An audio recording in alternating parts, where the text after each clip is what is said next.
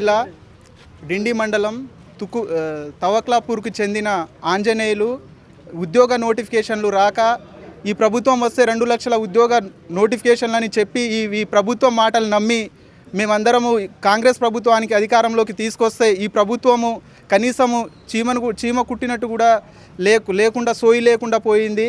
So ఆ బాబు మా తోటి విద్యార్థి చనిపోవడం చాలా బాధాకరం. నిరుద్యోగులకు కూడా మేము అందరం ఒకటే చెప్తున్నాము, ఎవరు చనిపోవాల్సిన అవసరం లేదు.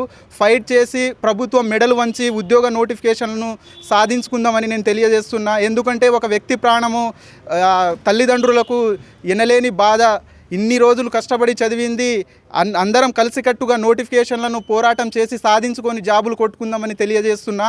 ఇలాంటి వాళ్ళని చూసి మీరు ఎవరు ప్రేరేపితం కాకూడదు. ఏమున్నా ప్రభుత్వంపై కొట్లాడుదాం, కలిసి పోరాటం చేద్దాం, ఫైట్ చేద్దాము. కానీ ఇలాంటి సూసైడ్లు కానీ ఎవరు చేసుకోకూడదు. ప్రభుత్వం కూడా వెంటనే ఇప్పటికీ 15 మంది నిరుద్యోగులు చనిపోతున్నా ప్రభుత్వము మొద్దు నిద్రపోతుంది. ఇప్పటికైనా పోయేదేం లేదు, నోటిఫికేషన్లు వేయాలి. లేదంటే స్థానిక సంస్థల ఎన్నికల్లో ఈ ప్రభుత్వాన్ని చిత్తుగా వడించాలని తెలంగాణ ప్రజలకు నేను విజ్ఞప్తి చేస్తున్నా. ముద్దుబిడ్డ చనిపోయిండు, నిరుద్యోగులు మాతో కలిసి చదువుకుంటుందని చాలా బాధాకర విషయం. నేను ప్రభుత్వానికి విన్నవిస్తుంది ఒకటే, స్టూడెంట్కి అందరికీ యావత్ 30 లక్షల నిరుద్యోగులు చెప్తున్నాను ఒకటే, పోరాడితే పోయేది లేదు, బానిస సంఖ్యలు తప్ప. మనం సొసైటీకి ఎంతో యువత చాలా శక్తివంతం, ఆ శక్తివంతంగానే మనం సూసైడ్ చేసుకుంటే చాలా తప్పు.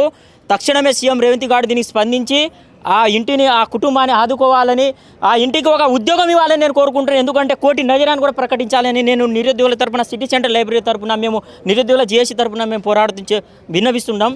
అదేవిధంగా ప్రిపరేషన్ అవుతున్న అందరికీ సక్సెస్ రేట్ చాలా తక్కువ. గవర్నమెంటే ఉద్యోగం కావాలనుకుంటే ఇట్లా సూసైడ్ చేసుకోవద్దు ఎవరు, దయచేసి నేను చేతులు ఎత్తి మొక్కుతున్నా. ఎందుకంటే మనకు ఒక సచిన్ టెండూల్కర్ లాంటి వాళ్ళు 10th క్లాస్ ఫెయిల్ అయ్యి పెద్దగా క్రికెటర్ల బెస్ట్ క్రికెటర్గా క్రియేట్ అయ్యారు. ఎందుకంటే మనకు చాలా ఎవిడెన్స్ ఉంది, ఏదో ఒక పని చేసుకుంటాం, పని చాలా ఉంటాయి. రోడ్ల మీద బజ్జీలు అమ్ముకున్నా బతకవచ్చు. ఎందుకంటే ఇది గవర్నమెంట్ తప్పిదాలు. ఎందుకంటే ఈరోజు కాంగ్రెస్ గవర్నమెంట్ మాలో మోసం చేసింది, బండ గుర్తుగా మేము బల్ల గుర్తు చెప్తున్నాం. ఈ రానున్న ఎలక్షన్కు మీకు పక్కా ఊడగొడతాం. నువ్వు రాసి పెట్టుకో సీఎం రేవంత్ రెడ్డి గారు, నీకు రానున్న ఎలక్షన్ నీకు ఊడగొడపోతే ఇదే రోజున కేసీఆర్ గారిని నిరాదీక్ష చేసి November 29 నాడు వచ్చిండు. తర్వాత పక్కన నిలబెట్టినాం. యావత్ ఇదే రోజు కూడా నీకు ఊడగొడతాం, మీకు పక్కన కూర్చోబెడతాం. ఎందుకంటే ఒక నిరుద్యోగులు చనిపోయిన ఆ బాధ ఆ కుటుంబానికి, ఆ తల్లికి తెలుస్తుంది. నీ కుటుంబంలో ఎవరు చనిపోయలేదు కాబట్టి ఆ బాధ నీకు తెలుస్తలేదు. ఒక నిరుద్యోగిని ఆ బాధ, తిండి కూడా లేక ఆయనకి ఏం ప్రాబ్లం ఉన్నాయో, ఒక నిరుద్యోగుల తరపున ఫీజుల తరపున కష్టాలు ఉన్నాయో, ఆయన 7 సంవత్సరాలు నిరంతరం కష్టపడ్డాడు, ఆ బాధ ఆయనకి తెలుస్తుంది. కాబట్టి ఆ బాధ ఎవరికి చెప్పుకోలేక ఆయన సూసైడ్ చేసుకున్నాడు. నేను గవర్నమెంట్కి విన్నవిస్తున్నా ఏంటంటే, నువ్వు ఎవరికెవరు ఉద్యోగాలు ఇస్తావు కదా, నిరుద్యోగులు చదివిండు కదా, జాబ్ కోసం చదివిండు కానీ చనిపోయిండు కదా, వాళ్ళ కుటుంబాన్ని ఆదుకొని మేము సిటీ నిరుద్యోగులు ఉంది కోరుకుంటున్నాను.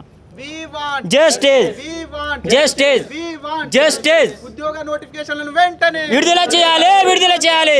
మా తోటి నిరుద్యోగి ఆంజనేయులు సూసైడ్ చేసుకోవడం మా అందరికి చాలా బాధాకరం. తొందరపాటు నిర్ణయాలు ఎట్టి పరిస్థితుల్లో మంచిది కాదు. ఎవరు కూడా ఆవేశపడి క్షణికావేశంలో నిర్ణయాలు తీసుకోకండి. పోరాడదాం, ఎంత పోరాడాలో అంత పోరాడదాం, రోడ్ల మీదకి వచ్చి పోరాడదాం. కానీ తొందరపాటు నిర్ణయాలు తీసుకోకండి. మీరు తీసుకునే చివరి క్షణాన్నైనా ఒకసారి మీ అమ్మ నాన్నల గురించి ఆలోచించండి. ఇన్ని సంవత్సరాలు కష్టపడి కాయకష్టం చేసి మిమ్మల్ని పెంచి ఇన్ని సంవత్సరాలు మిమ్మల్ని ఇంత ప్రయోజకుని చేసినాక మీరు వాళ్ళకి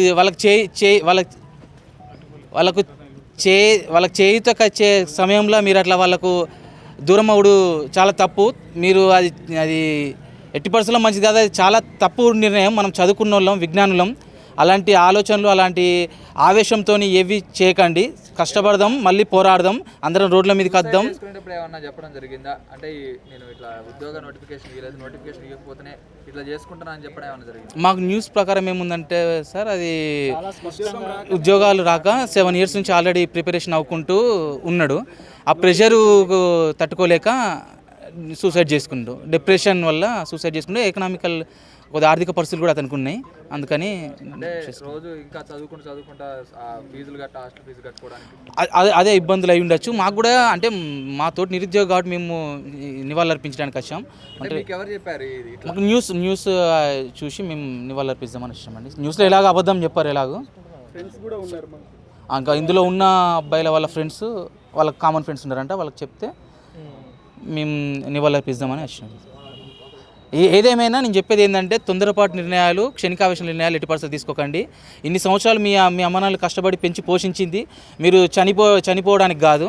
ఎట్టి పరిస్థితుల్లో తొందరపాటు నిర్ణయాలు తీసుకోవద్దు. మనం పోరాడదాం, నోటిఫికేషన్లు వచ్చేదాకా పోరాడదాం. ఒకవేళ మీకు అంతగానం వస్తలేవు, గవర్నమెంట్ మన మాటలు కూడా ఇంట్లేదని మీకు అనిపిస్తే మీ కుటుంబ పరిస్థితులు, మీ ఆర్థిక పరిస్థితులు, మీ వయసు సహకరిస్తే ప్రైవేట్ జాబ్ ఏదైనా చేసుకోండి. మీకు 10,000 శాలరీ వచ్చినా పర్లేదు, అందులో 10,000 మీరు ఖర్చు చేసుకున్నా పర్లేదు. ఇంట్లోకి 5,000 పంపించిన వాళ్ళు 5,000తోనే సంతోషపడతారు. వాళ్ళు మీ నుంచి కూడా ఏం వేలకు ఇవ్వమని ఏం ఆశించరు. మీరు సంతోషంగా ఉండాలనే వాళ్ళు ఆశిస్తారు.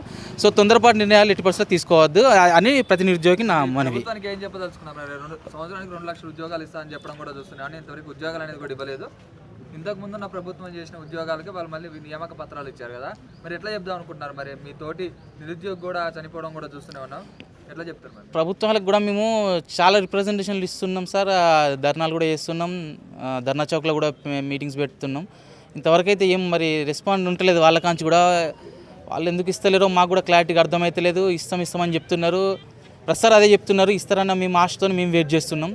ఇంకా మరి ఇంకెన్ని రోజులు చేస్తారో అర్థమవుతలేదు. వాళ్ళు దానివల్ల కూడా స్టూడెంట్స్ ప్రెషర్కి గురవుతున్నారు.